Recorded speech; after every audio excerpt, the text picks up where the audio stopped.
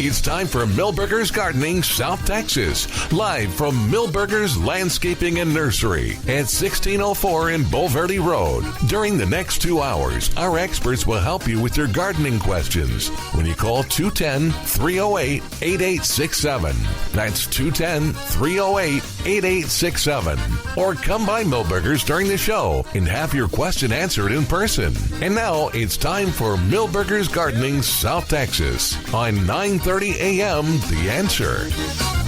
And welcome to Milberger's Gardening South Texas on 9:30 a.m. The Answer on a beautiful, busy day here at Milberger's. I'm Milton Glueck along with Dr. Calvin Finch and Mark Peterson, and we're talking garden. Look at that. That's gorgeous. He should just roll the cart. Yeah. He should just roll the cart home. Wow. Just plant it like that. Just be done. It's beautiful. Yeah, it is. It's a lot of begonias, geraniums. Geraniums, yeah. Yeah. So, I'm eager to hear from Trace as to what they got in. Bougainvillea. Yeah, a lot of bougainvilleas, geraniums. But, yeah, lots of great stuff there. And it's fun watching people. They got geraniums. They got some begonias there. But, yeah, that doesn't make for good radio. Look right on the left-hand side of your radio. Exactly. You see the geraniums? Oh, actually, look at those. Calvin, you pointed that out last week. They're just so bright. Oh, gosh, yeah. Yeah. I can't look over there. Why? It hurts my eyes. Oh, they're that bright? Yeah, okay. They're that bright. We'll get you some sunglasses. You can kind of. All right. Well, 210-308. If you don't want to come by today, you're missing out, first off. But, yeah, come on by and ask your gardening question in person. And then or call us at 210-308-8867. It's a great day to be out in the garden. I will tell you that tomorrow we got an interesting guest. We're going to talk about the relationship between better mental health and gardening. So it's really, I've read his article. It's really fascinating. Let's see. Yeah. No, but it looks important. Yeah. Oh, I think it's Trace's. Yeah. Okay. Yes, that's what I meant. No? Oh. All right. I thought it was Gardner that dropped So maybe so. We found a well, pad anyway, of paper. we'll keep it up here. If All you right. have lost your pad of paper, yes, if you please lost come pad over and here. paper, come on up and get this.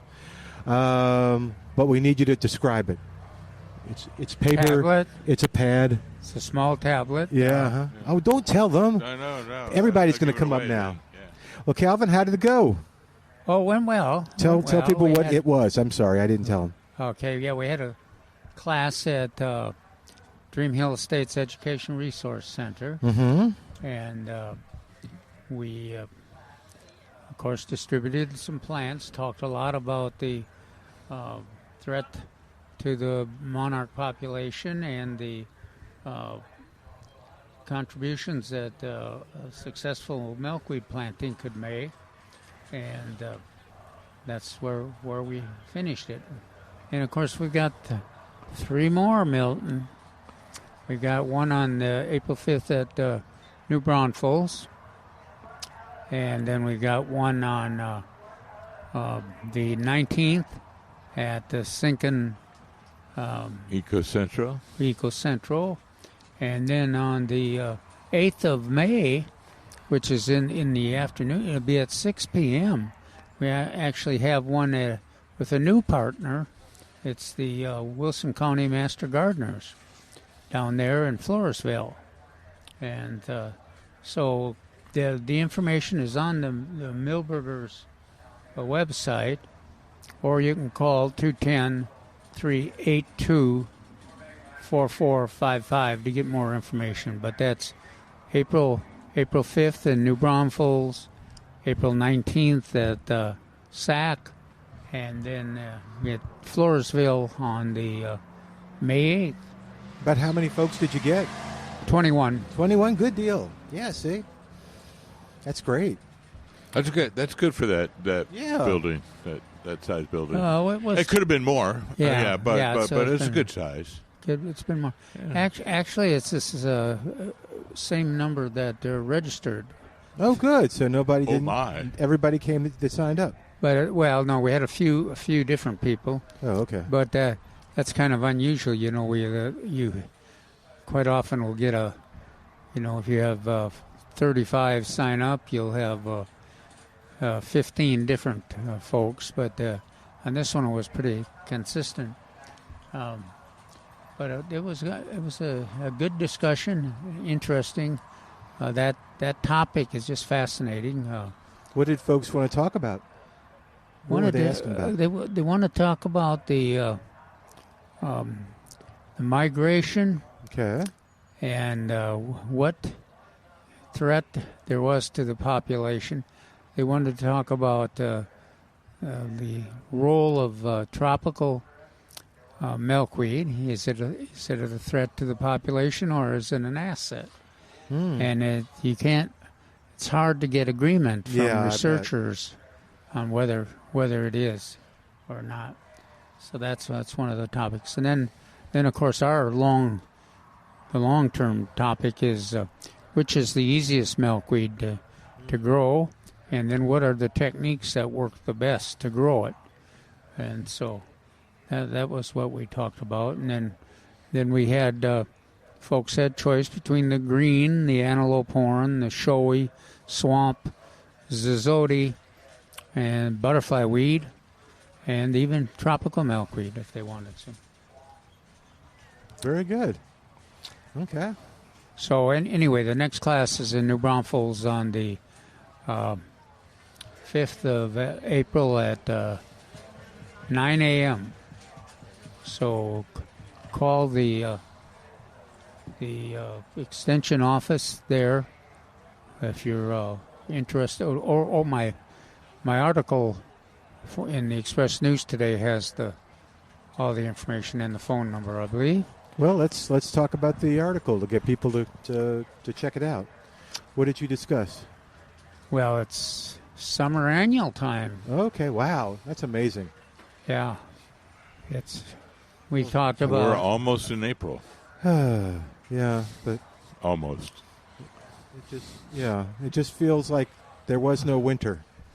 Well, and of course the topics we talked about were pentas in the shade, begonias, including the whoppers, Milton and my favorite, in the shade, zinnias, I think it's one of the monarch favorites, or nectar plant.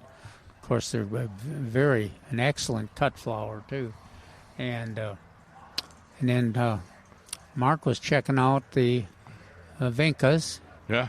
Mm-hmm. And there are a lot of them here now at Milberger's, I think. I think Trace told me that they're holding them either, or they're in transit, or they have some here. So I saw some on some customer wagons. So, boy, what Trace had told me, and I think the rest of us, is that is one of the most requested flower species.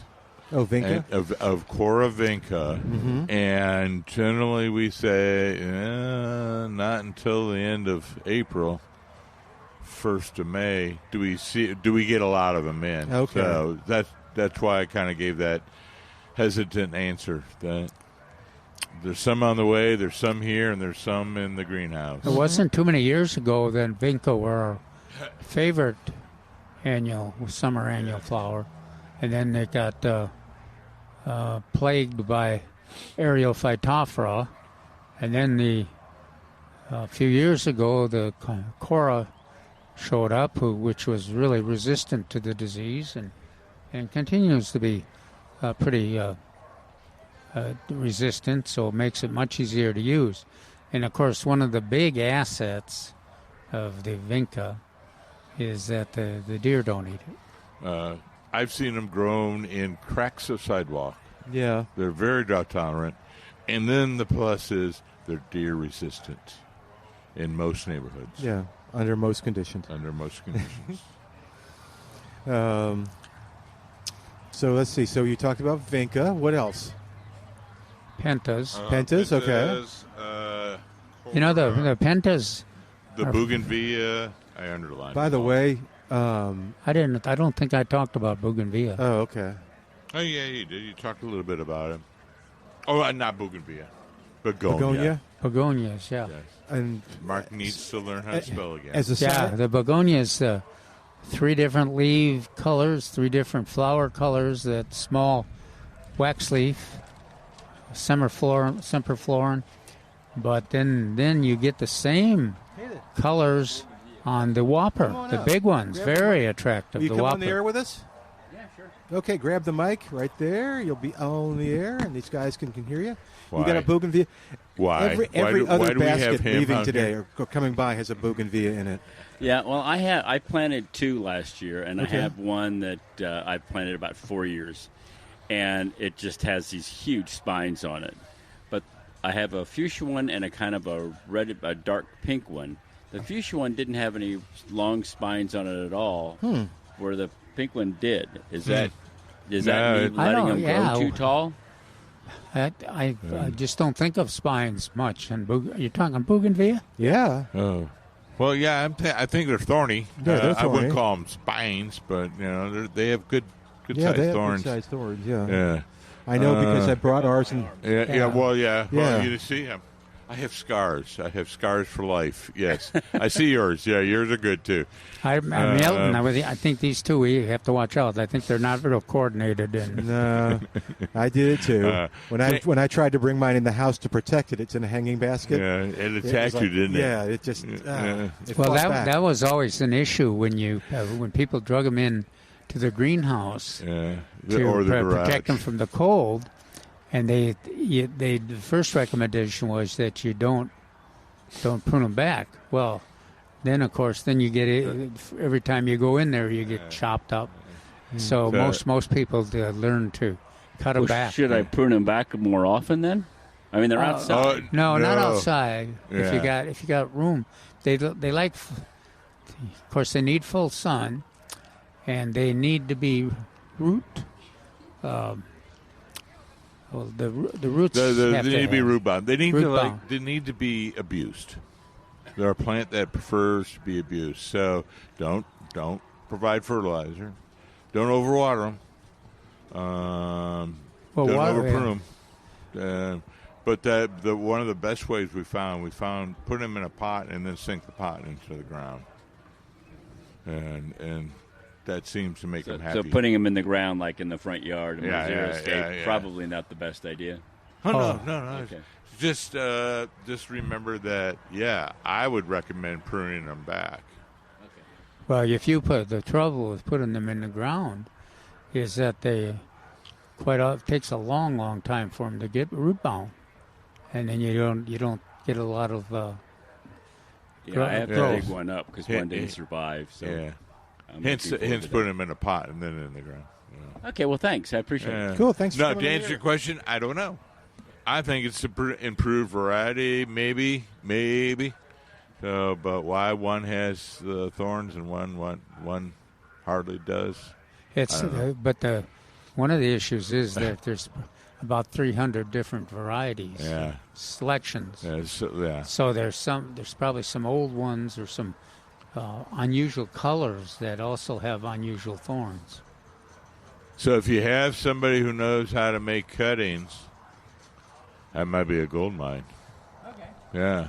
So you'd sell them as the fuchsia one is thorns, or no, the other way around. Yeah, the fuchsia one didn't have No. Yeah, okay, right. or very small. So, They were I like was this going to big. say, yeah.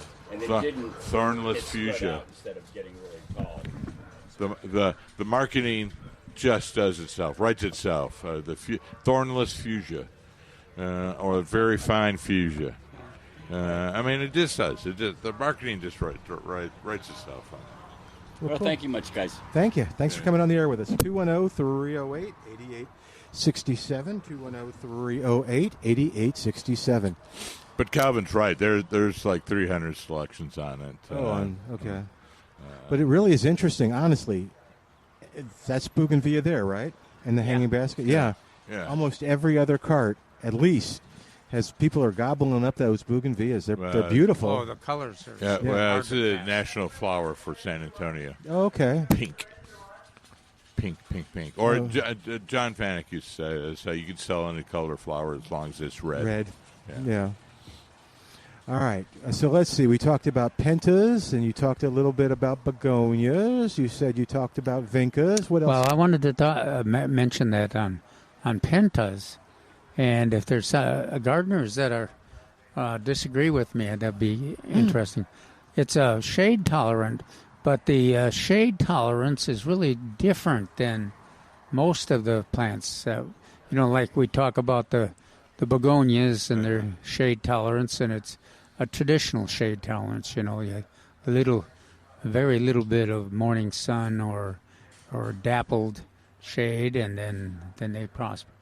Whereas I've had the best luck with pentas, like a 2-hour blast of afternoon sun, and then and shade the rest of it. Yeah. And they don't survive well, or at least with no blooms, when it's all shade. Mm-hmm. So you gotta find the ideal spot for it. Which, if you do, they're spectacular. And besides being very attractive, what do we got in colors, Mark? We got pink, red, white, yellow, I think. No, I don't think a yellow. Maybe. Pink, red, a violet. Yeah, there you go. That's violet, it. and then it's a nectar, real good nectar source, favorite of the butterflies. Cool. So, but yeah, I was thinking about that very fact this morning. I was like thinking, the best place would have it would be shade or some kind of protection, 5 o'clock. Yeah, in the afternoon. Yeah. Even against the house on the east side, and then the sun gets up to get there, and then it's gone from the sun. And gosh, it just blooms constantly, just fills up, and they are relatively drought tolerant if you got enough soil reservoir in the containers. I like to use them in those the half whiskey barrels, or the horizontal whiskey barrels. Oh, okay, yeah. That Trace used to have here at Millburgers. Two different size or two different ones, like Dreamland and then Profusion. You're talking zinnia. I was talking. Pentas. Okay, yeah. Yeah. But something maybe else with the Pentas. I never find them. Full? I find them as putting them mixing colors looks good. Yeah. You could have like the red, white, and pink together. Looks really good in a line in front of the house or behind the house. Yeah, but I haven't found them to be as attractive when they're mixed with other plants. Not like your profusion and everything. Yeah. No. In my mind, I keep interchanging the pentas and the zinnias. That's why I said yellow. Yeah. You don't have yellow in pentas. Okay. No. Yeah. All right. 210-308-8867. Before we go to break, you want to bring up anything else in the article that you talked about? Let's see. Did we cover everything? I can't have unless there's an issue in the tasks. Yeah, we can always say it. All right. Well, there's some discussion we can make on the. Okay. We will wait on that. Tasks. All right. 210-308-8867. 210-308-8867. I'm Milton Glueck, along with Mark Peterson, Dr. Calvin Finch, and we'd love to hear from you. Tell us what's going on in your gardening world on this beautiful day. I hope you're out there doing some gardening and improving your mental health. Back in a moment on 9:30 a.m. This is The Answer.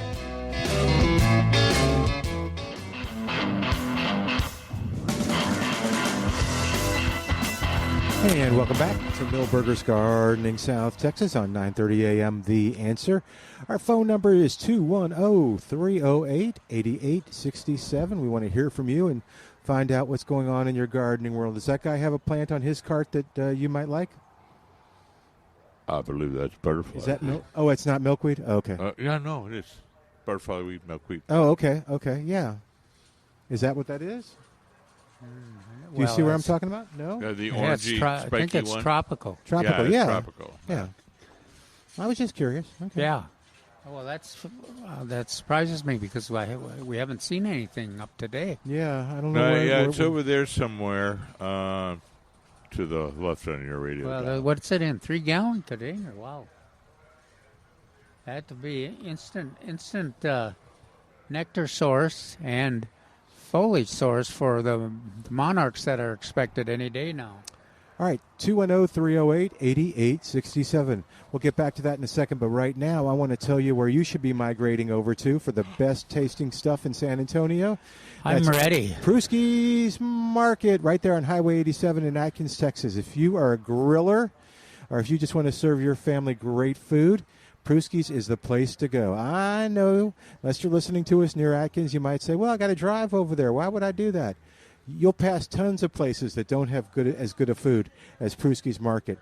If you're looking for outstanding beef or poultry, if you want great sausage, I need to go by and get some sausage from there. Prusky's is the place to go, right there on Highway 87. Plus, there's lots of things where you might be inviting people over, like Easter. You may be celebrating with the family. March Madness. What's that? March Madness. March Madness as well. So, yeah, you want to check them out, and they'll put together platters for you with great food. Or if you're, like I said, you're going to grill while doing that, make sure that you get that foundation correct by doing it over at Prusky's Market. Check out everything they've got at Prusky'sMeatMarket.com. That's Prusky'sMeatMarket.com. And, yep, you'll enjoy it. It's an old-fashioned meat market experience. You will absolutely love it. All right, 210-308-8867, 210-308-8867. Yes, sir. So we were going to talk about some of the things. We're going to talk about this week in the garden. This week in the garden. First thing, the first bullet is talking about Calvin's classes and the different locations that he just mentioned. So it's there in writing if you didn't get it just a minute ago when Calvin was talking about it. It's right there. Let's see. What was the classes again? Next week? No, April. April 5th. April 5th. There it is. Is the one in New Braunfels. Yeah, and then April 19th. Is at the Sinkin. And then the one on May 8th is in Floresville. Floresville, yeah. At 6 p.m. back in the evening. Yeah. We experimented with that at the Sinkin location, and it was pretty successful. Co-sponsored by the Gardening Volunteers of South Texas. It was a different crowd than what we normally see. Is that what we determined? Yeah. And they're all good, Milton. I'm sorry. It's just this one was just a little different. The folks in Wilson County should be a different crowd too. We haven't. We haven't glad been there that in a they while. got their chapter. Yeah, I'm glad they got their chapter going. I understand that their membership has got lots of room. So if you live down there in the Floresville area or Wilson County area, check it out. Do you think people from Pleasanton could go over to Floresville? Yeah, for several years they used to try to combine the two counties into a single Master Gardener chapter. 97 just combines the two, and so I thought, well, it's a pretty. It surprises me a little bit that they've had as much trouble because they got some wonderful gardeners. And they're active, and of course, we participated with them, Milton, for years with the folks in Wilson County and the program and events and in Pleasanton. So they are great gardeners with real interest, especially if you're into sand and ants. Yes, and If you have gophers and cut ants. Well, that was our slogan, the very Yes. first one we went to. Yeah. Wilson County Gardening, go for it. I don't think I caught on. Cut it out for cut ants. If you have cut ants, just cut it out. Okay. Now you're going to get me in trouble. I'll go up there and they'll have this quote on the recorder. They should. Yeah. Write it on the chalkboard. Yeah. The wider And then the next wider race weekend board. you'll say, "Where's Calvin?" And, I think they liked it. I think they liked that idea. oh yeah, they're Kind of they're- embracing they're, the. They're wonderful. They got great sense of humor. They were treated us so nice. All right, 210-308-8867. Yes.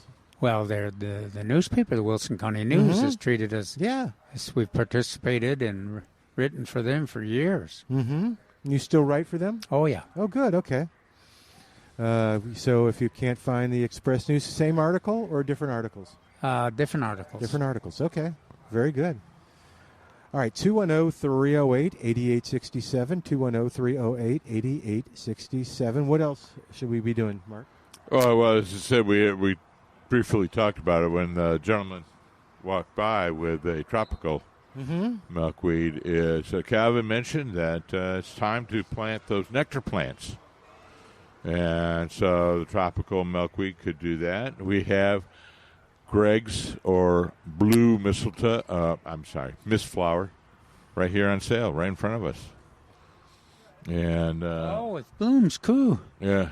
All right, that's so another we have source that. of nectar. So blue curl, salvia, coreopsis, lantana. These are all great. Oh, there's that nice-looking white, The white lantana. spreading lantana, yeah. Which course. I like. I like the Yeah. white one. Of course, the lantana becomes one of the favorite nectar sources in the fall. They'll use it in the spring, in the summer, but for some reason maybe there aren't as many choices in the fall, or maybe it just gets more potent in terms of the nectar. We saw that with salvia too. Sometimes in the fall. Yep. More used more often in the fall. Yeah, those two are the kind of the mainstays when the monarchs come through. They go in the other direction. All right, again, 210-308-8867. Yeah, I'm looking for the, if you go to millburgernursery.com, you'll see the ad with all the stuff in it. I was going to see if we could talk a little bit about it. Maybe we just did. Where'd it go? It was the, doggone it. Okay. You're supposed to be the crack IT team on here. No. And It's neither cover It or might eye. have been the blue mist, but it was called something else. Yeah, it's Greg's mist flower Right. or blue mist flower. Okay. And Great Myrtle. it's one of the all-star nectar Texas plants. Texas Superstar, too. Yeah. So, yeah, that's one you definitely have to have in your garden. And it's a perennial. Come back every year. Okay, very drought tolerant. It is not a disciplined grower. I mean, but No. you kind of overlook the fact that it makes it a mound and spreads out a little bit because it's just absolutely gets covered with butterflies and bees and hummingbirds. There's a selection from the valley. It's white flowered, and the butterflies just can't help themselves. Almost like it's a drug. And they just want to get to the flowers. You know what else I'm watching for? We talked a lot about it at the class this morning. Porterweed. Yeah. Well, you didn't mention it on there, but that's one that always comes up. I don't think you did. Yeah. Oh, yes, you did. You did mention porterweed. It was Miss Flower, porterweed, blue curl. now the blue curl they're real comfortable with because that's a native That's wildflower. native and that's early. I like that. Yeah. And where is the ad? I'm going to look on. I couldn't find the ad today. Okay. I found it on Wednesday. It was a big cover. Hi. Did you have a question? Yeah, come on up. Will you come on the air with us? It depends. Is it interesting and is it easy? It's going to be Come fun. on. Emphasis on We're easy. doing the radio show, so just grab the mic and you'll be on the air. We'll be able to hear you. What's going on? Yeah, don't worry. They won't bite. No, you'll do great. Well, we might. What's going on? So I have a garden. I'm in shirts. I'm on the green belt, but my front of my house only gets a little morning sun and then moves around to the back. So I came here and I got foxtail. Just get a little closer to. I got foxtail, like Fern? the asparagus fern. Yeah. That and the variegated ginger. It was beautiful until the cold hit it. I tried to cover them up, but I don't see any. Is it too soon in the season for that? No, the foxtail. We had them on sale previously. Yeah, so they're on sale here. this week too. They're here somewhere. Yeah, You just they're have to ask here somebody. towards the back. Okay. Now again, this was what it was. You back up on the The front of my house gets morning sun, so they get enough sun to Okay, flourish. all right. They're That's beautiful. why I wanted to make sure that was not was too in the much. right. Okay. So yeah, any of those for flowering plants, shrimp plant. Oh, gosh, yeah. Yeah. That's another. That's a perennial. Pintas. We've been You know talking what? all day about pintas. Pintas that can have. Yeah. Yeah, partial try sun? it. Try those pintas because Pintas? they're Well, I need to replace the foxtail fern. Yeah, the and we do Jersey. have that. If it's deeper shade, there's a holly fern back there as well. Okay. But yeah, we last week we had them on sale, so I don't know if they're still on sale. They may be part of the 47-year, 49-year. How much? What is it? 47 year. 47 year. Sorry, year sale. Milburgers. Milburgers have been in operation for that's 47. wonderful. We of Well, I don't course buy aren't my that stuff old. anywhere else. No, we're not. Yeah, no. we're that. No, seriously. I mean, everywhere else I've gone, or the ones on online you can order. They're very small. They're not hardy. So everything I got here just blooms. No, we have some really, really nice ones, and they're located In the back. in the back over. Thank over you so this much. way. Thank you. Thanks for coming on Oh the no, air. thank you so much. All right, 210-308-8867, 210-308-8867. So that's a question that often comes up. Who are you waving at? Oh, the guy with the neck brace on. I know him. Oh, okay. I was going to say, do we know okay? him? I thought you were torturing No, you were him. torturing exactly. Thought I was what? Well, he has a neck brace, and you were like trying to make him turn his head, Oh, and no. like, oh, gee, Okay. Liz, Milton, very sadistic. Keep talking. All right, okay, we're going to keep talking on that. But that question often comes up is, okay, I have ferns in the shade, and they go, but I'd like to have some color, and I go, ooh, color. Yeah, so shrimp plants, there's two different ones. There's the salmon, and then there's lemon. I like the And then idea of there's- experimenting with that pentas, though, too. Yeah, so pentas That would be is an excellent one. you know, for kind of a annual- drift of Yeah. pentas or even a line. They're very disciplined growers. Yeah, and I'd mix in some of the tropical or AKA scarlet sage. Mix in with that, so it gets some red, and yeah, you can do a lot. In other words, you can do a lot of different things in color, in shade. It's not Especially Turk's cap. morning sun. Yeah, yeah, exactly. I mean, that's ideal. So yeah, Turk's cap is another good one. And even our whoppers, depending on how much sun is there. Yeah, absolutely. Yeah, the Whoppers. So I got them through the. How many of yours are coming back? All of them. Well, they don't. They never went because I brought them inside. Remember, I put them in a pot. Well, I got. I was looking. I started with about 20. Yeah. But I've got so far. I see 4 that have sending out new foliage or new shoots from the roots. So I predict that I'll have 8 or 9. They're such a they look so fragile, but they're very tough, drought tolerant, and can put up with the cold, and so it's a great plant. Can't wait. No, till it really we is a great start. plant. Now we got the wax leaf, the smaller cousins here, ton of them here at Milburgers. Cousins to the Whopper. Yeah. These are the smaller ones. Yeah. That's where I think the wax leaf. That's the traditional one in my mind. Yeah. Begonia. Let's see if he's listening. Monday, Chuck. They take it off Monday. Okay. Let's see if he hears me. All right. 210-308-8867. 210-308-8867. Again, if he hears you, he'll snap his head back and then hurt Oh. him. Oh, I was just kidding you. Yeah, you got the delay. Yeah. Okay. Come on up, Chuck. All right. He's coming up.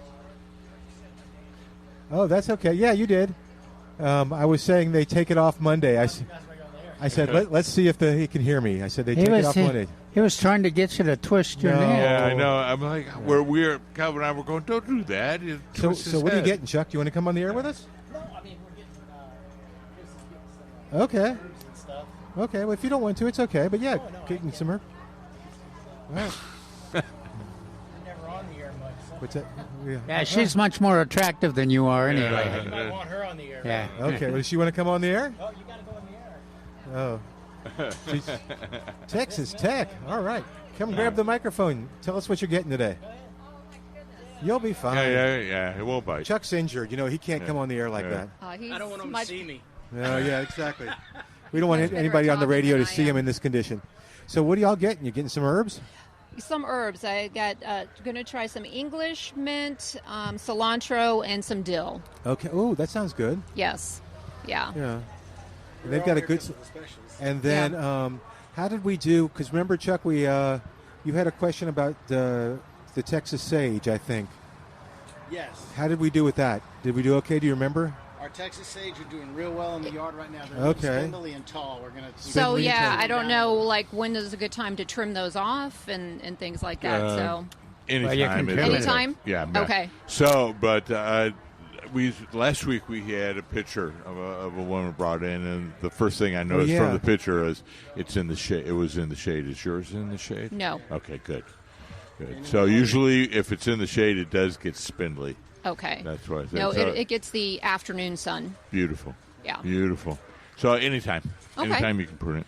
Okay. So I would just take the tallest ones, Okay. either back, below the line, Okay. or find that line with the branches and cut them back. And do that. Yeah. Okay. Always All cut right. back to a branch or a bud. Right. Mark's rule. We just finished replanting or getting ready to plant Oh, wait, the no. backyard. We got to hear the mic. We can't hear you without the mic. So Oh, you're on the okay. air. Yes, sir. So we just had real big success with our winter rye. Our backyard looked green as can be. But now the spring's on the way, and it's starting to turn a little brown. So now we're looking at... Well, that's a good point because a lot of gardeners are faced with the winter grassy weeds. We'll that are get the declining. phone calls. Says what? Wow, my grass is dying. Well, it turns out it's either rescue grass, rescue grass, wild poa, bluegrass, or they did rye, and they're wondering why the rye is all dying. So it's like, Yeah, that's a Part problem. of it is 85 degrees every afternoon. So what's going to come up now if that dies? Real grass. Oh, good. The real grass will come. Oh, If you've got it. okay. But it's been droughty in case you haven't noticed, Milton. Yes, I have noticed that. We're in a rebuild stage, so we're planning to kill it all off. Okay. And then, so we're looking at products to do that. And then we're going to plant a hybrid Bermuda back there. But we also need to put a sprinkler system in there as well. So that's where we're at. We're doing the whole thing. Is it full sun? It is full sun. Oh, good. Yeah, and it's on Bermuda. Seguin, so not only full sun, we get a ton of wind. So, Oh. I mean, I didn't know it was that windy in San Antonio. Is that how you hurt your neck? No, I don't even have a good story for that. No. I literally, all I did was sneeze. Yeah. No, I didn't slay a dragon. You better help him make up a good story. Yeah, we need a better story. we need a better one. Okay, so there was he's in the foundation business. So one of his workers just got trapped under the house, and he had to lift up the house, just all adrenaline. Is this working? No. No, I was thinking more Gonna like, stick with Steve's? something we were under the house, and there was you're good. I think you're on the right target. Okay. I mean, as far as, but I was really don't have a good story. I was thinking I something could show about- you great pictures, but That's okay. That's so funny. Yeah. Well, maybe confer with the president. He usually comes up with a good story. he is a little bit more direct. I don't have to worry about that. So. Yeah, we'll have to have Chuck on. We got to take a break, but we'll have to have you two talk about foundations and trees and all that good stuff. Yeah. Yeah, I mean, foundation, water dynamics around the perimeter, trees, drainage, that's all huge when it comes to foundation repair. At least are stopping us from having to do it. We have plastic soil. We have plastic soil? Yeah. It's highly malleable. Oh, okay. Okay, cool. Well, thank you, Chuck. All right. And, Thanks for you and guys. it was It's a good visit with you, Christine. Christine, that's right. Yeah, you were the one that I kind of laughed when I called and I Yes. said, "Oh, I've heard nothing but good things about you." Yes. From Chuck. So. I appreciate that. You need to, because she's as tall as I am now. And what's the name of the company, real quick, and then we got to go. Solid foundation repair. Thank you, Chuck. Yeah, you bet. Thanks. Thank you. You take care. All right, we're going to say goodbye. Oh, we're not going to say goodbye. We're going to say goodbye for a minute or two, and then we're going to come back with more of Milberger's Gardening South Texas on 9:30 a.m. The Answer. And welcome back to Milberger's Gardening South Texas on 9:30 a.m. The Answer. 210-308-8867. Is it time for questions from Milton's Garden yet or no? Yes, always. Okay. So I'll just give it. Now, I'd be careful about that. Yeah, it could get weird. No, just remember it. The answer to everything is feral cat. Yeah, pretty much. Oh. So we have something new. This is working. Okay. I don't know what's working or if the cat just got bored, but the pot that the Crawford lettuce was in, that the cat kept sitting on, we started throwing citrus peels out there, and they don't want to have anything to do with it anymore. She doesn't like it? No. Oh. I don't know if that's a common thing or if they don't like citrus peels or what the scoop is. Possibility. Yeah. I like it. Yeah. A lot of pests do not like it, namely ants and fire ants and roaches and things like that. There's a chemical in citrus peels called D-limonene, and they were looking at it about 10, 15 years ago as a potential organic insecticide. So, and they're trying to figure out a way to get it out of the grapefruit peels and lemon peels, and orange peels rather. So that may be it. It may be this D-limonene that they. They don't seem to like it, but yeah, it looks beautiful. Now it's nice and bushy, like it's about this tall. I'm about 6 inches, 8 inches, and kind of growing wide. The leaves are real big. You're supposed to harvest it. I know. I was going to say, does it get bigger before I harvest it, or should I harvest them now? Well, and how do you harvest them without hurting the plant? I would designate some as seed sources and not harvest it and just let it get big, especially your initial. Once you get a dominating lettuce patch there, then you don't worry about it as much. But for the first planting, you want to make sure you get some seed in place, that you get some in your hand, and then also get some turned loose in the landscape.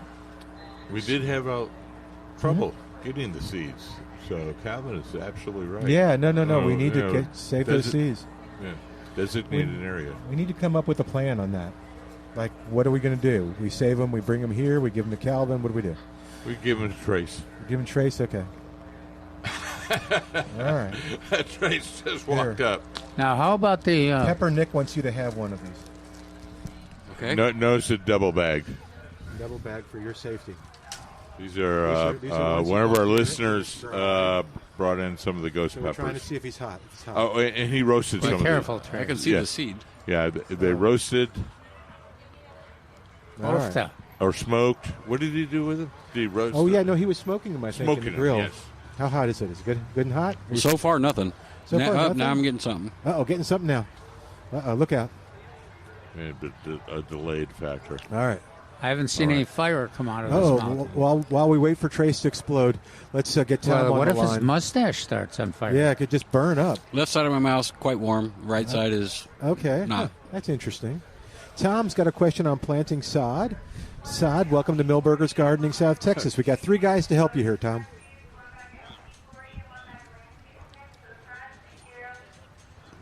Okay.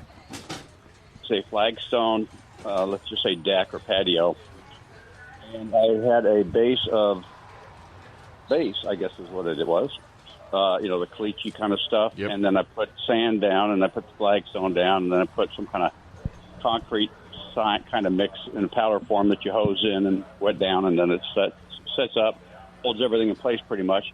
I'm digging that up. I'm trying to get down to the dirt, of course, and then so my question is, but I'm going to have a little bit of base down there, and I don't even know if grass will grow through that. So my plan was to go get a load of either topsoil or some kind of soil to put down there, and I didn't know how thick I needed to lay it down before I put the sod on top of it. What kind of sod? It'll be some kind of St. Augustine. 5 to 7 inches. Yeah, and how much water do you have access to? I'm city water, so I got enough to. It's not a huge spot. It won't be that hard to set up. But they can grow sod on almost no soil if you got plenty of water. Yeah. But really? I used to say that I grow Bermuda on asphalt, provided I have water. No, it said there's a development requirement that that was negotiated. We Calvin and I wanted 6, but so what Trey said, 5 to 7 is right at spot on. It's a lot of dirt to haul. All right, but that gives me an idea. That'll kind of take the level of the ground back up to where I'm taking away. All right, and then the other question on grapefruit and or citrus. I've got some trees out here that are just, what appear to be setting a boatload of fruit. Primarily a grapefruit tree. It's probably, I'm going to say, 9 feet tall and pretty bushy.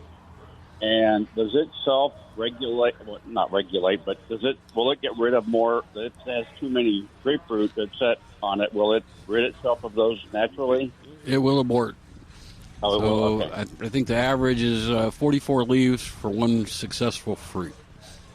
Yeah. So at some point, when it feels stressed, it's going to reduce it to something like that. What kind of grapefruit was it? I don't. It's some kind of a pink grapefruit, but I don't know the variety, and it's just one of those things. There's a wonderful one. Do you remember what it's called? Something bloom. I have it right. Sweet bloom. Sweet bloom. Pretty sure. Yeah. Okay. I got about, I'm going to guess, 30 grapefruit off of it this year. They were pretty, good, sweet, and didn't have Not a C. Yeah, well, Bloom Sweet is the one we like. Oh, yeah, that's one. I really like it. It's got a lot of seeds, but it was really tasty and resistant to our weather challenges. I have it written down, that's why. Yeah, because you don't trust your memory anymore. I understand. No, absolutely not. Well, let me ask you, is there any kind of an indicator? Again, I had about, probably 30, 35, 3 dozen grapefruit this year, and this is going to be the second year of production. Any idea what kind of growth I should expect on the numbers? I mean, this is the plant knows how much. The plant knows how much it can support for the fruit, but you have to look and see whether the branches can support that fruit. And were you able to get some water to it? And how has the plant reacted to this drought, the dry ground? I would say there's no sign of drought. I mean, I put the hose on it I put some Miracle Grow on it every 2 weeks, like 5-gallon bucket. Okay. And then I put a hose on it for low flow with a little sprinkler just to spread it out a little bit. I'm doing that right now with all my citrus for about 20 minutes. I think you would get at least you'd get. I was trying to remember, the Bloom Sweet is pretty consistent coming back every year. But I think you would get the same expected 30 fruit again. Oh, really? Okay. I thought the tree's grown, moderately, and it will continue to grow, of course, through the summer. And I'm just thinking there are just so many blooms that have set that I'm not going to worry too much. I mean, I'll continue to water it every week or so. But I just don't, I was thinking I would expect I'd have, if I had 30, maybe I'd have 45 or 60 this year. Wow. We'll wait and see. Yeah, let us know. Because I'm I'm more conservative about the weather we've faced, even though I love that Bloom Sweet. Yeah, if I come across I'm going to tell you what it is right now. It's a Rio Red. Sorry. Yeah. Rio Red grapefruit. That was my original one that I always recommended, and then until I got to this Bloom Sweet. It's more of a traditional, way back. It's kind of the white to light pink fruit. Yeah. Unfortunately, I can't unplant this one, so I'll stick with it for as long as it allows. Well, it's a good one. Thank you, sir. Thanks a lot. All right. That'll free up the line. You bet. Thanks for calling. 210-308-8867. I have a pepper update. Oh, pepper update. Yes. Okay, so I treated on the left side. So that side got hot. Yeah. The other side did not. Uh-huh. I had the hiccups for about 45 seconds. Okay. And then I broke out a sweat only on the left side of my face. Oh, that's weird. And now it's all fading. So now it's all fading? It's okay. pretty much gone. Why do you think that was? I'm not really sure. But you want to try another one, or you're okay? No, I'm in a little bit. I'll do it on the right side, so I'm... All right. Hey, we got to go to the news. Can you hang with us? Because we want to know what's going on. First off, it's super busy here. And secondly, you've got lots of new stuff. Oh, gosh. We saw some wonderful milkweed. Yeah. All right, we're going to take a quick break, come back in a moment. Maybe Trace can stay with us and he's not helping other customers. All right, 210-308-8867. Back in a moment for more of Milberger's Gardening, South Texas, live from Milberger's Landscaping and Nursery, 1604 on Boulevardy Road. We're back with Milberger's Gardening, South Texas, live from Milberger's Landscaping and Nursery at 1604 in Boulevardy Road. Come out to visit or call us at 210-308-8867. That's 210-308-8867. And now back to Milberger's Gardening, South Texas on 930 a.m. The Answer. And welcome back to Milberger's Gardening, South Texas on 930 a.m. The Answer. Our phone number is 210-308-8867. Call, get in line, because right now we got to talk to the guy who's going to be here next week. David Rodriguez is going to be here doing one of his seminars, and this one's going to be another good one by David. I'm going to, it's on, I'm trying, is this the vegetable one? Is this the, yeah, I think it is. Yeah. So, hey there, David. Hey, Milton, Calvin, Mark. Yes, next Saturday. Calvin ran away. We don't know where Calvin is. Calvin's gone. Calvin ran away. Yeah. Come back to the radio, Calvin. Come back, Calvin. We'll be there live next Saturday at the beautiful Milberger Landscape Nursery on 1604 in Boulevardy Road, right at 10 a.m.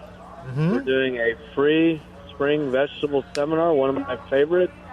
So everyone's invited, and they can see a fully well-stocked nursery and get some good education. Oh, gosh, it's beautiful here. Your first spring vegetable garden, or getting some review questions. We got so many newcomers to the area, so they would benefit from this for sure, and review the others as well.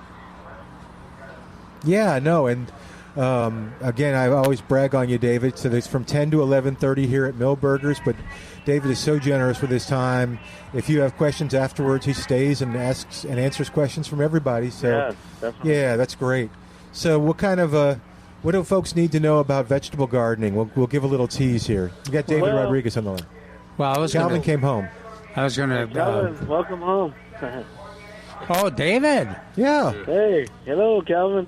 Hey, David. We're talking about next Saturday at 10 a.m. at Milberger's Landscape Nursery on spring vegetable gardening. So tomatoes are a big one. You know, we always highlight tomatoes, and so at the same time we tell people it's more than tomatoes. Try something uniquely different, ethnic, and you know, I'm sure Trace and the crew over there has a very, very well-stocked nursery of appropriate spring vegetables, and then, you know, add a few herbs, add a few seasonal cover. You know, we want pollinators and beneficial insects productively in our landscapes and garden 12 months out of the year, so planting perennials is very important. But we'll cover the basics of soil preparation, nutrition, weed management, location, watering, etc., and then we open it up and entertain questions to get everybody involved and on maybe highlight. I'll group categories of plants. I'll talk about the Solanaceae, i.e.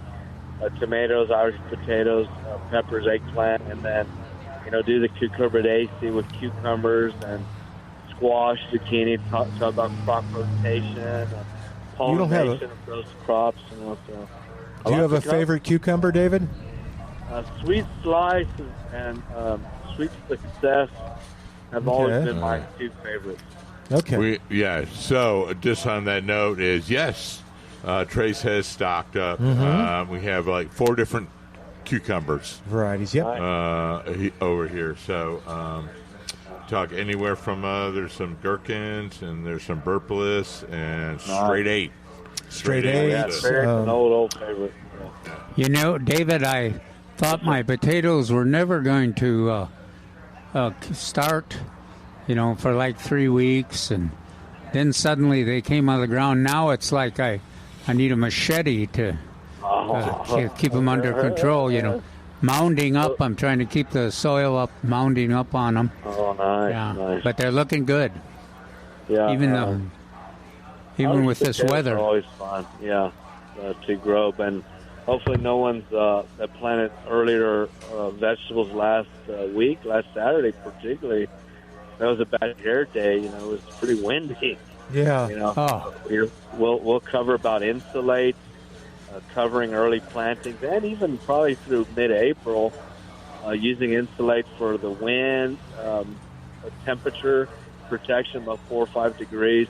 But also, a lot of people talk about squash vine borers, and if you make some little Quonsets and put insulate out, particularly with squash, that works pretty effectively until they're ready to initiate the flowers, and you can take it off, and then by then the leaf should be covering a lot of leaf mass should be covering a lot of stems. So we'll be covering quite a bit, guys.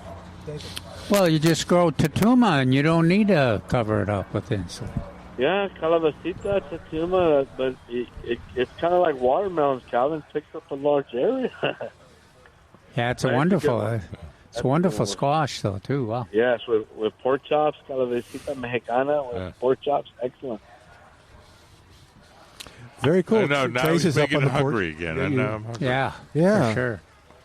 So we were talking about all the different stuff that David's going to talk about next Saturday. Okay. 10 to 11:30. And I was complimenting you on all the wonderful peppers and tomatoes and cucumbers we have. You got a favorite pepper, David? Are you a hot pepper guy or just a... Well, years back, I remember it was just jalapeno. Then the Tam Mild came out, and all these varietals, and then not ghost pepper, habanero came out. No one's gonna buy that. And I look at the craziness now of all these super duper triple hot peppers. It's like, when is it gonna stop, dude? No, Trace is okay with that. Yeah, I am. Yeah, I've totally recovered. I like, he has high resistance. I like Big Jim, the old hatch peppers, Anaheim, and then Serrano, and then, of course, jalapenos. Those are my favorite. Yeah. And I miss Rio Grande Gold, but is it... Well, we might have a few. I'm going to talk to Trace on that. Oh, good, okay. It might not be the sweet ones early, but we might get y'all some of the hot ones. So there's a Rio Grande Gold hot. Oh, I remember that, yeah. So don't you have some seed, Milton? Yeah, I have seed. Oh, earlier in the week, you were talking about some petunias. Oh, yes, I do. I'm sorry. Yes. Did you save those for me or no? No, I found out that they were under contract. Sorry, but they can maybe grow y'all some if you need any. Well, they should have asked me. I know. Why wouldn't they ask me? I understand completely. They should. Well, David, since we got you, sorry. Well, anything you want to promote with the Extension Service or the Master Gardeners while we got you? Well, one project that we started on just a week or two, and this shows me a lot of how these Bexar County Master Gardeners volunteers really step up. We were awarded with Harris County, Houston, a pretty large, significant youth gardens grant. They're doing some public schools in Houston, and our part is the 3 military bases. Can you believe that? And so we started our pilot this spring is Lackland. They have a wonderful Tom Lindens, the director over there, has a wonderful youth garden center. So we're starting a gardening project with them, and of course our volunteers are right behind, mentoring the kids and getting them involved. So we just started that this past week, which is awesome. Help the military families and the kiddos. And then, of course, the Children's Vegetable Garden program at the Botanical Garden is underway. Mike Brown with the Grass is Greener Landscape redid all the beds out there. And so it's kind of a new construction style of setting the boards without drilling into these little paved stones, and they just fit perfectly. Then you ram a rebar down it, so much easier. So we're going to really look at this concept of using instead of people trying to drill and hammer and all that. So that's looking real awesome. And then the Phil Harberger Park, the Tuesday gardening school morning, the Master Gardener's doing an excellent job on that. And then Larry Stein has some real cool maroon bluebonnets. We're trying to do a seed collection to get that built up. The drought has been so hard on bluebonnets. We didn't get a lot of rainfall in the fall and the winter, right, Mark? So it's going to be hard to see a lot of nice stands, I think, on bluebonnets. So it's tough right now. It's been low. Very low. What about the food bank? Aren't y'all doing stuff with the food bank? No, they've been going through some farmers. What they're focusing right now is San Juan Mission out there. So they're doing a real good job. They got a peach orchard out there, if you can believe that, Calvin. They're doing a pretty good job out there, and then they're doing a lot of production. That area has a lot of history, and a lot of that is rich. That's part of Bexar County is rich alluvial soil, so it's real good premium soil. And the acequias from the old mission there is still intact, so they're able to pump water. The San Antonio River changed a little bit. They're able to pump water from the San Antonio River to supplement irrigation out there through the old acequias. So it's kind of amazing how this system is still intact and still works. So that's kind of cool to see that concept after how many 200 plus years. So that's pretty cool there. Wow, I'd like to know if the water's green after St. Patrick's Day. No. I don't know about that. I don't know about that. Riverwalk? Yeah, no. Okay. No, it's downstream. And you'd think maybe, but and it's actually an Archimedes screw that they actually use to take water up into the acequia. It's pretty awesome. So it's very, very cool. The water that's going on. The Spanish and the Romans, their hydrology, they were masters at that. Pretty awesome. Cool. All right. Well, David will be here next Saturday, 10 to 11:30, doing the vegetable garden seminar, and it's good stuff, and it's fun to do that too. So, if you're a seasoned pro, you come, get the kids involved too. Exactly. All right. Thank you, David. All right, guys. We'll see you. Thank you. Bye, David. See you next week. Bye-bye. All right, 210-308-8867. We got Trace back up here. So besides David, what's new here at Millburgers? Like everything. Well, there's the milkweed over there, the tropical milkweed. There's a ton of it, the foliage. Greg's mist flower on sale. Yeah. Mm-hmm. In bloom. The hybrid roses have shown up. So looking at them, they're all budded. So next 5 to 7 days, they're going to start popping. And they're going to be spectacular. Bougainvilleas.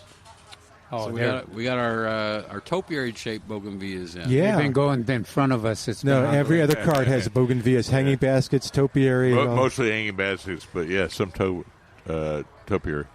Yeah. Personally, I like the braided 3 colors in a pot. Mm. So they braid it up like a patio tree, but then you have all 3 colors blooming at the top. So what are those 3 colors? I saw yellow. I saw like a off red color, and then I can't remember what the third one was. Yeah, kind of like a pinkish one, isn't it? I think it was light pink white. Yeah. All right. So how long does that maintain? I mean, that's a constant ad. Just like any other bougainvillea, it's going to cycle. So when the actual blooms finish, the bracts will drop off, and then you have to starve it of water to get it back into bloom. Yeah, that's what I said. We had a question earlier, and I said, yes, you need to abuse them, starve them of water and fertilizer and care. Mm-hmm. Good plan for you, Milton. It likes abuse. It likes abuse. You were just waiting for that to come, weren't you? Or Mark was setting me up. It could have been that too. So, yeah. No, I like plants that can take a licking and keep on ticking. Like the old-time X-Platches. Yes. Okay. I understood. But, that are very forgiving plants. But those patterns, that would probably require a lot of attention, too. But they're spectacular. And what else? You got cucumbers? I saw those. Yeah. So I'd have to. Mark would probably have a better Mark idea. knows. He talked about it earlier. I said, we got 4 different kinds of cucumbers, 7 different types of peppers, as well as some squash and okra. What about the tomato varieties? Have we got have the Thunderbird? Yeah, we got lots of different ones. The Thunderbirds, the Red Deuce, the Romas, Celebrities, and Sweet 100s and 6-packs. Yes.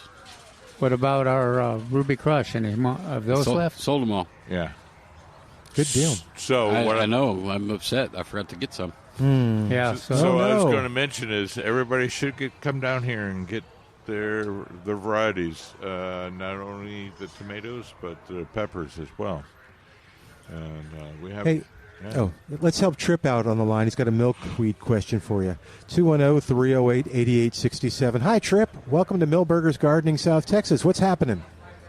Hey, guys. I got a big pot. So the mouth of it's 21 inches, and it tapers down to 16, and it's 19 inches high. So how many milkweed plants can I put in it? Well, I just put one in a half whiskey barrel. What? Wow. Very patient for man. a tropical, because it fills them up. Okay.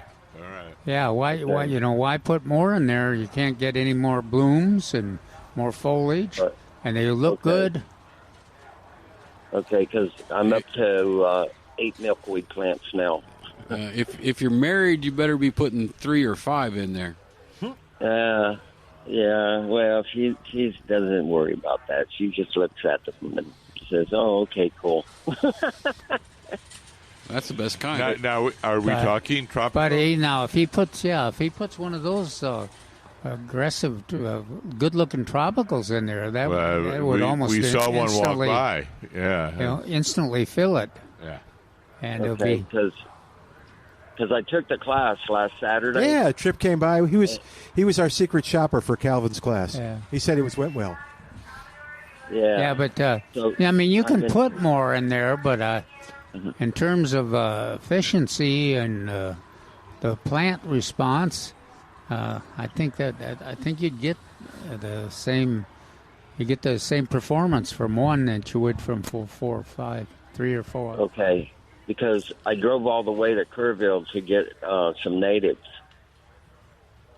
They had a little garden shop up there, and they mentioned what kind of native they have?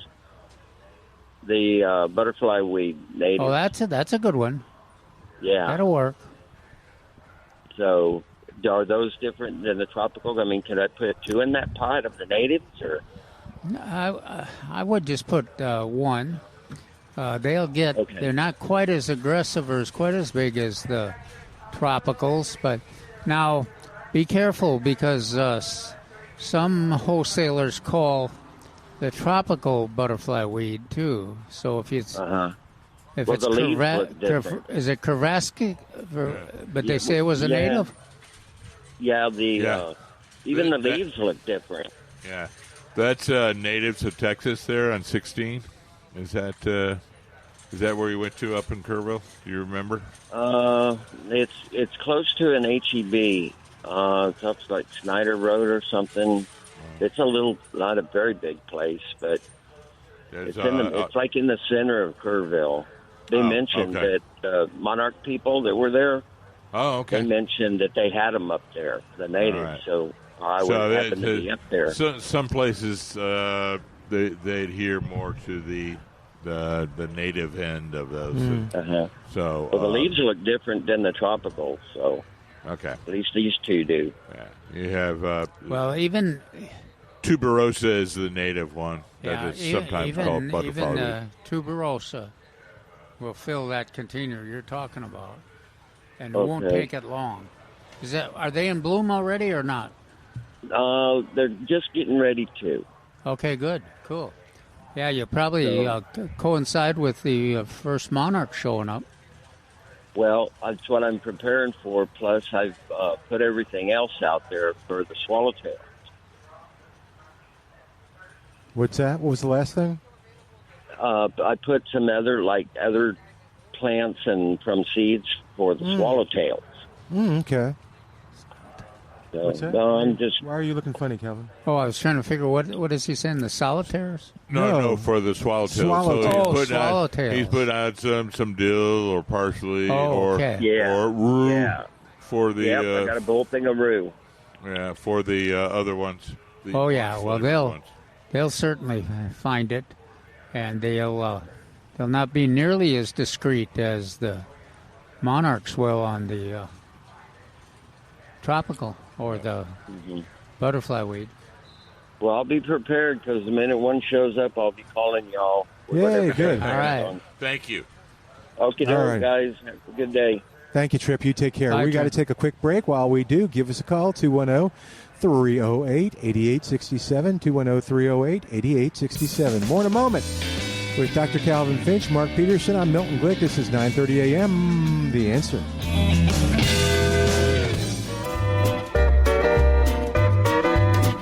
Welcome back to Milberger's Gardening, South Texas on 9:30 a.m. The Answer, 210-308-8867. 210-308-8867. Have you read the weather yet? No.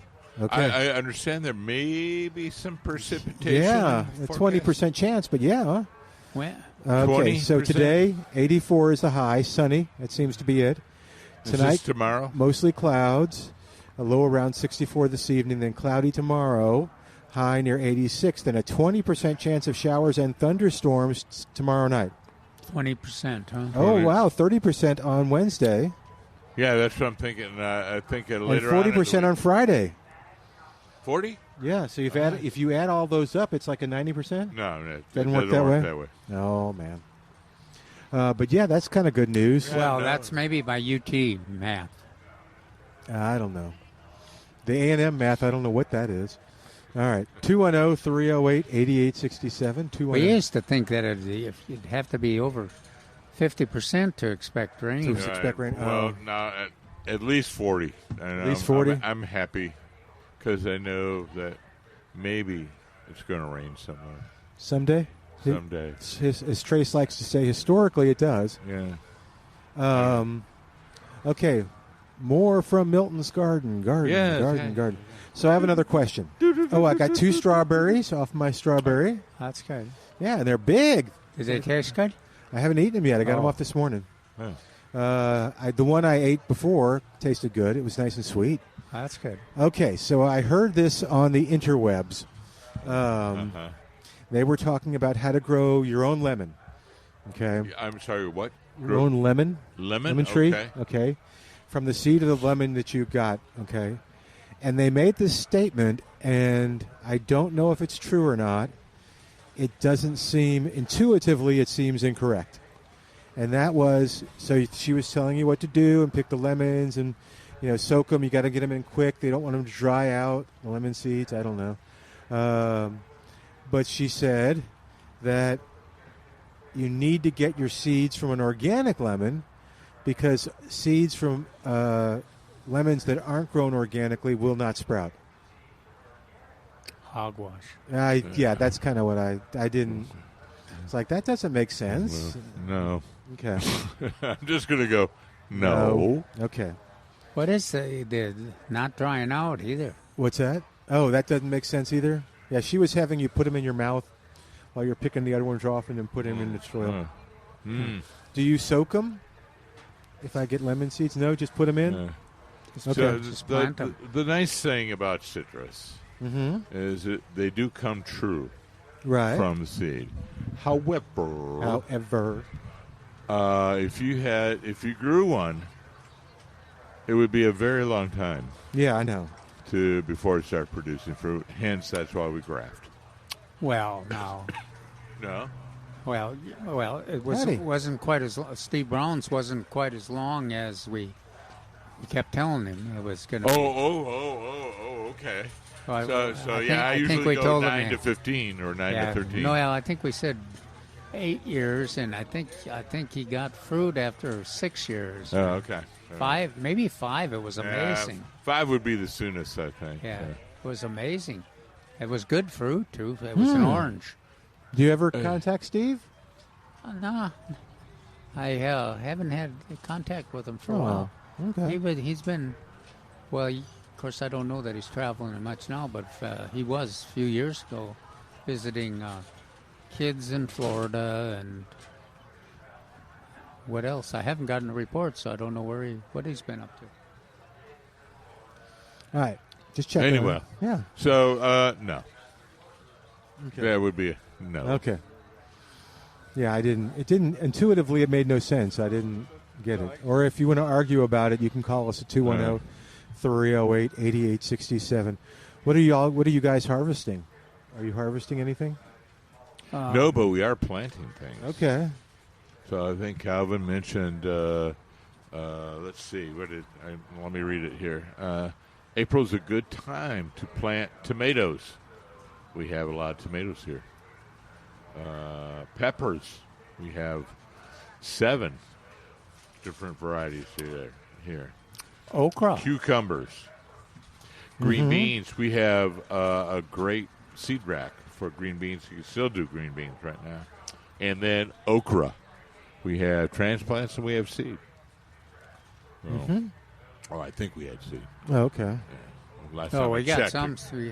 We had some Yeah. seed. So the transplant, we have the spineless. I couldn't remember if it was Clemson or Carolina spineless, but not the Oscar one. Oh, okay. So the 2 that we have is that we recommend is Oscar and this Carolina spineless. Now, does that look like grandma and granddaughter? Look at the 2. Sure, her hair. The hair look. Even though hair was exactly she's the 3 same. and grandma's a little older, but boy, she looks like she's grandma. Anyway, we have all ages here at Millburgers shopping. So anyway, yes. So we have lots of vegetables. Okay, cool. We even had watermelon. Yeah, I saw the watermelon. We have some watermelon there. But the peppers, we have habanero, bell, Anaheim, ancho, bananas, maybe some serranos. I didn't look. There's so many I couldn't find individual ones. But I did want to mention the Sweet 100. We have my Sweet 100 here. Yeah, well, there shouldn't be much competition to have now that, although if there's no Ruby Crush. Yeah, I know. So we do have Juliet and a Juliet hybrid, but Ruby Crush is still the best of that size. And then Thunderbird and we got Thunderbird. We had some of the new rodeo tomato. Do we have? I have some? Find them. I was looking all over for them, and that's last weekend. HM 81 48. 48. Yep. Mm-hmm. You got it. Learning. You got it. And what do we have? Your great mnemonic devices. 8's on the end. We still got Celebrity and still have Tycoon. Oh, yes, we had some Celebrity out there and Tycoon. Some Tycoon, yes. Red Deuce. We even had a Red Deuce out there. But I told Milton this last week. Literally, it was like locusts. People were buying, and they emptied a couple of tables. So make sure you come on out and get the varieties that you want. Please come on out and get those before they're all gone. No, because a lot of people are buying. I saw one cart, and it was top to bottom with tomatoes and other vegetables. Okay. Very cool. All right, 210-308-8867, 210-308-8867. All right, what else is going on, gentlemen? What else should folks be doing? I don't have anything else for my garden. So the fire spike is doing well. The lawn. Your spiky. Spike is doing well. Yeah, is it doing your fire spike's doing all right? Yeah. Now the lawns, if you're able to water. Let's see, what is it? It's March. Well, we got April. You got April. Yeah. But they're they might be at a challenging position right now. Right. Why you said we have April, and generally we're not looking to add any fertilizer till the third or fourth week of April. And as Trey said, it's not calendar dependent. It's 2 or 3 times mowing the lawn, and then that's when you add the fertilizer.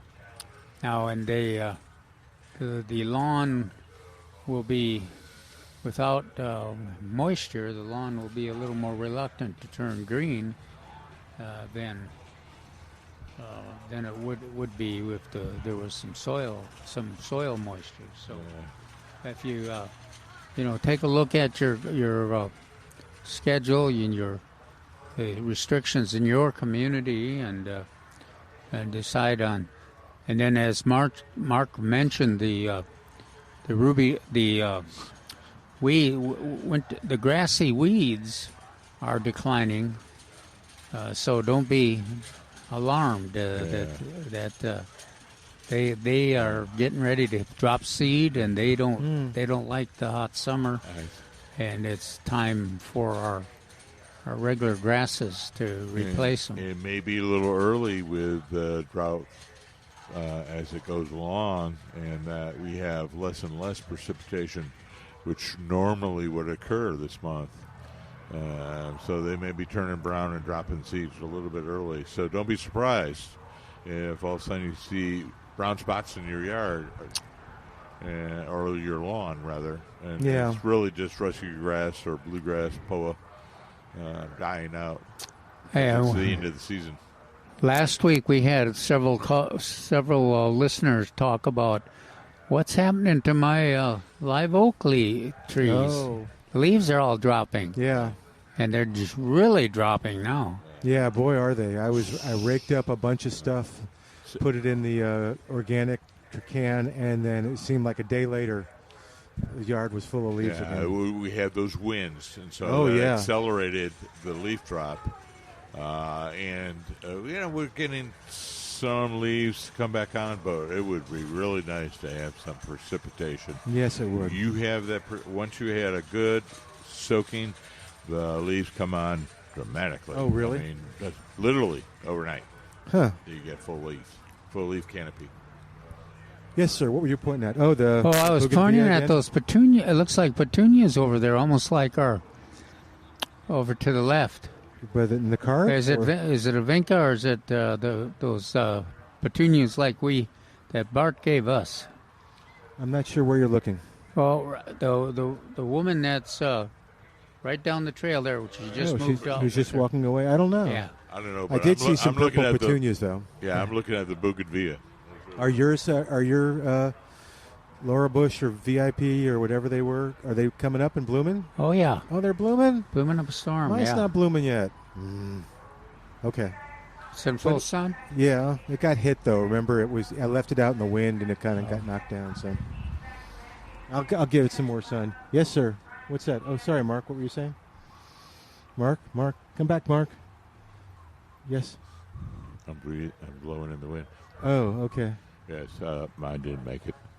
What's that? Mine did make it. Yours did not? No. Oh, sorry. Okay. Due to my own error. Okay. Yep, I'm hoping mine's... plants need water. Did you know that? Yes, I did. Yeah, I found that out the hard way. All right. Again, 210-308. Yeah, but I want mine to come back. It's a great plant. It's beautiful. Yeah. Kind of that. I expected more variation in the bloom colors, but mostly I've got that kind of a purple violet. Yeah, that's what I like. Kind of like the bougainvillea color over there.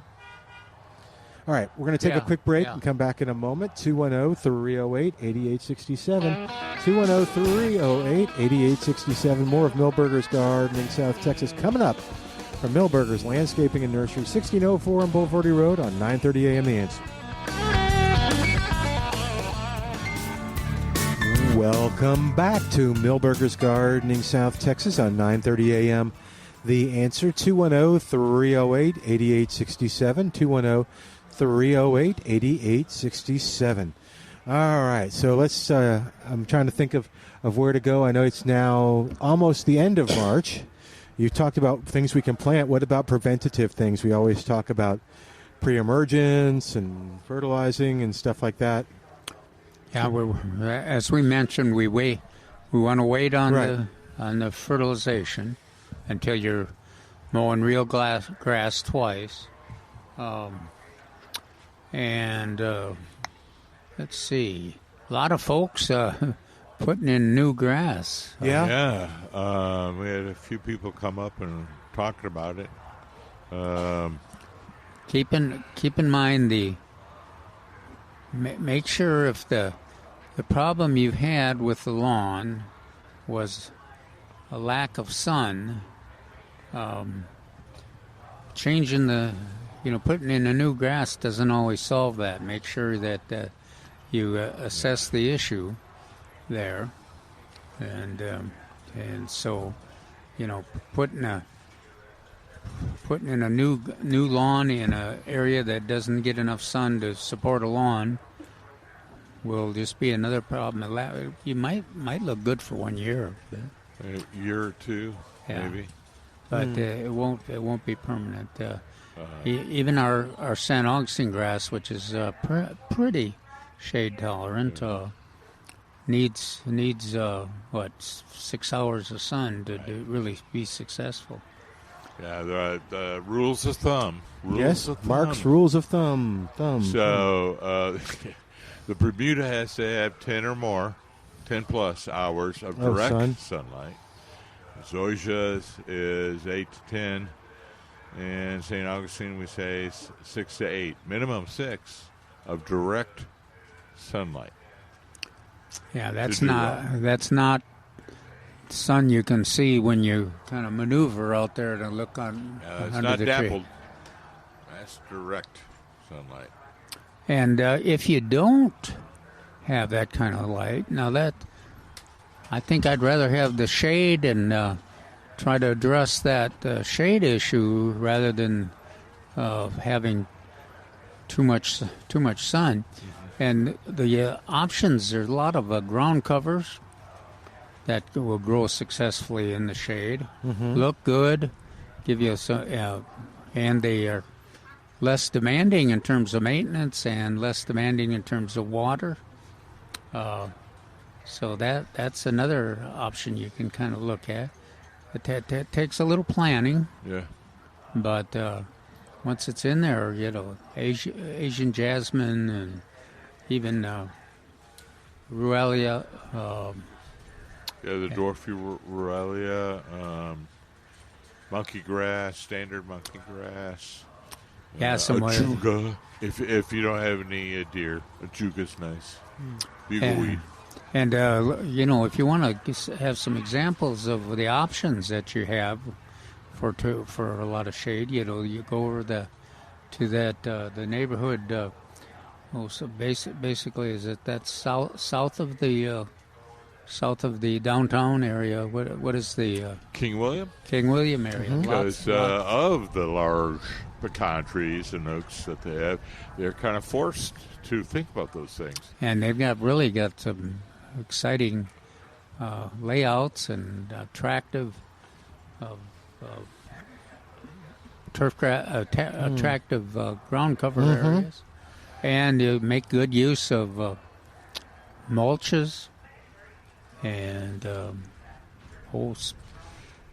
materials, or even rock materials. I saw a really nice house used all different kinds of mulches, different colored wood, different colored some stone mulch, but the entire front yard was mulch, but different types of mulch, and it was very attractive. Yeah, a long time ago, I noticed we were going somewhere and we had to park. We couldn't park in the parking lot of the restaurant, so we parked on the street. And then you were walking and you saw huge trees, no grass, because they had to, and they were using It was really cool. I mean, if you really want an example of what you can do, just take a walk through Southtown and King William. Yes. Yeah. And it literally is they're forced to adapt somehow. Yeah. And so. And they've done it well with hardscapes and stuff like that. Yeah. Are there any other parts of town you can think of that are kind of in a good place if I, or... Well, mostly we're lucky that we have relatively large lots and we've got lots of options, but it's as we mature as a city too. Our trees are well. What is our situation on trees, Mark? Are trees getting more? Are we getting more trees? Are they getting more mature? It's kind of a mixed bag. In certain residential areas, we have trees. Some older neighborhoods, lower socioeconomic status, shall we say, they are getting less and less trees because those trees have reached their lifespan, and now nothing is being planted.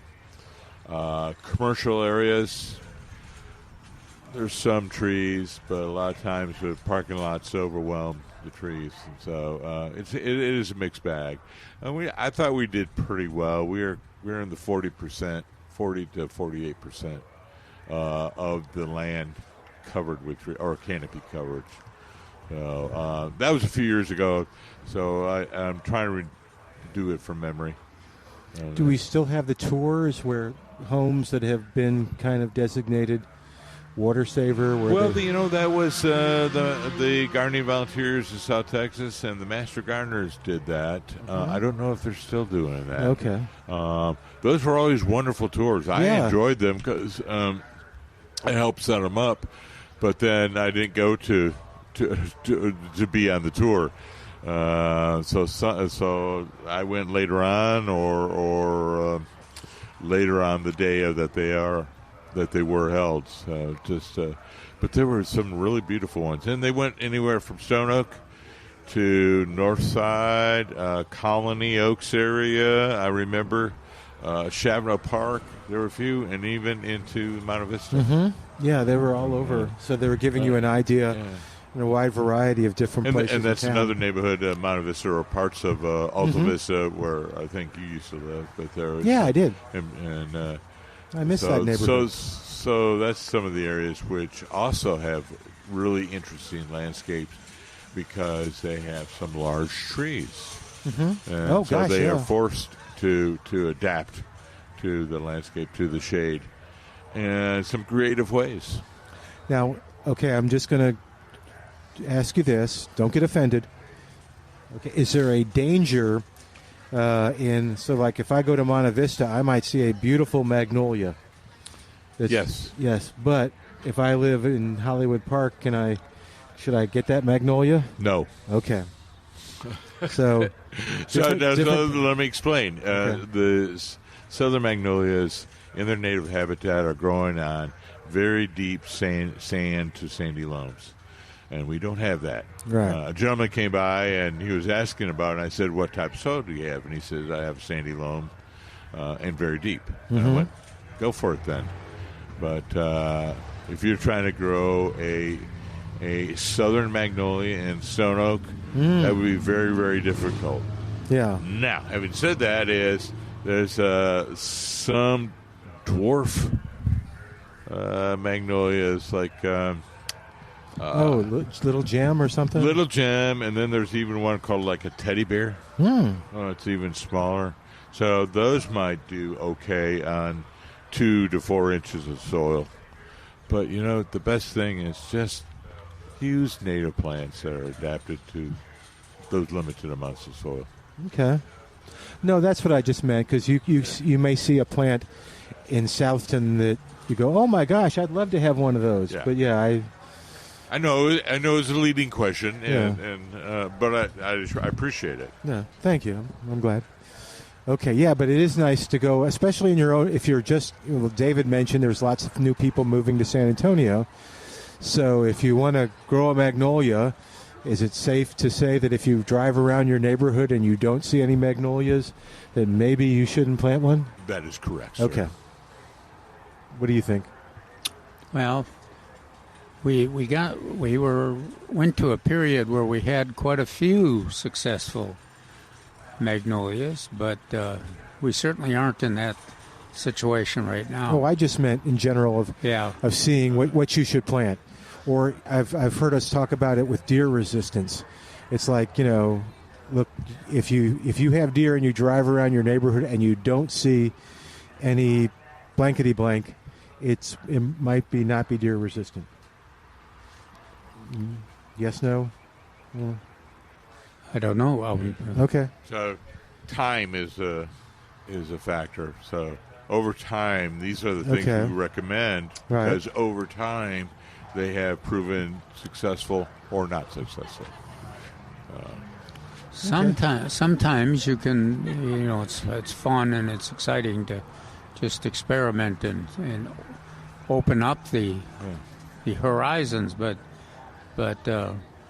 that's not always the case. I think you guys are right. It's usually if you don't see something there, it usually means that it has not been successful. Yeah.